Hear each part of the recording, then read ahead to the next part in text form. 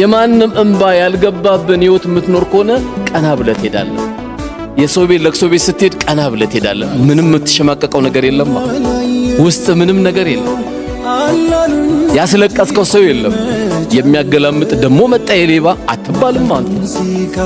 አንተ ጥረነዋ የምትኖረው የቻልካትን ያክል እየሞከርክ ነው ያለው። ዛስቴድ እዚህ ጋር ዳቦ ቤት ስትከፍት እምቢ ሲል፣ ስጋ ቤት ስታረገው እምቢ ሲል፣ ኪዮስክ ስታረገው እንዴት ያምራል!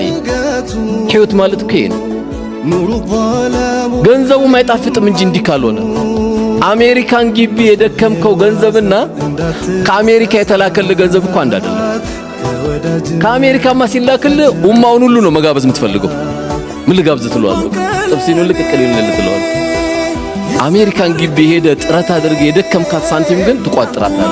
ቆይ እስቲ ይሄ ለእንትን ይሆናል፣ ይሄ ለእንትን ልክ ደሞዝ ሲመጣ መድበው የለም ገና 25 ላይ ለምን መድበው ለቤት ኪራይ፣ ለትምህርት፣ ለወተት ምናምን ብለህ ስላልደከምክበትና የደከምክበት ገንዘብ አንድ